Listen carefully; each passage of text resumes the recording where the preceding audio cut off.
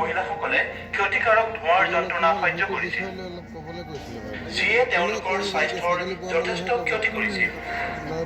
সংকল্প আছিল পাকঘৰৰ স্বাস্থ্য সুৰক্ষাৰ। আজি ৪৪ লাখতকৈও অধিক উজ্বলা সংযোগ তেওঁলোকৰ ঢাল হৈ পৰিছে। এসময়ত খোৱা পানীৰ পথটো কাঁইটেৰে ভৰি আছিল। আজি ৩৫ লাখতকৈও অধিক পানীৰ নলৰ সংযোগ। আয়ুষ্মান কাৰ্ডে সেই ছবি সলনি কৰি দিছে। এসময়ত ঋণদাতাসকলৰ কবলত পৰি অন্নদাতাসকলৰ শান্তি নোহোৱা হৈছিল।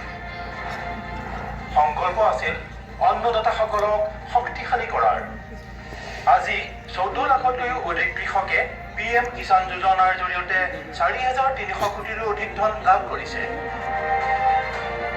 ১,৪০০ কোটি।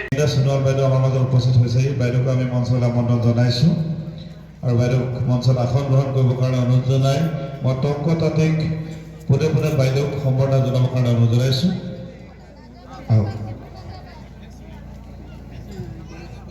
ৰেচন কাৰ্ডৰ জেৰক্সখন দিব আৰু আপোনাৰ আধাৰ কাৰ্ডখনৰ জেৰক্সটো দিবলৈ হৈ যাব। বস্তুটো আমি খালি একদম লগে লগে নহয়, মানে এটা ছিষ্টেমেটিকলি হ'ব, মানে এজনৰ পিছত এজনকৈ সোমাই থাকিব, যিমান আমাক সোমাব দিয়ে।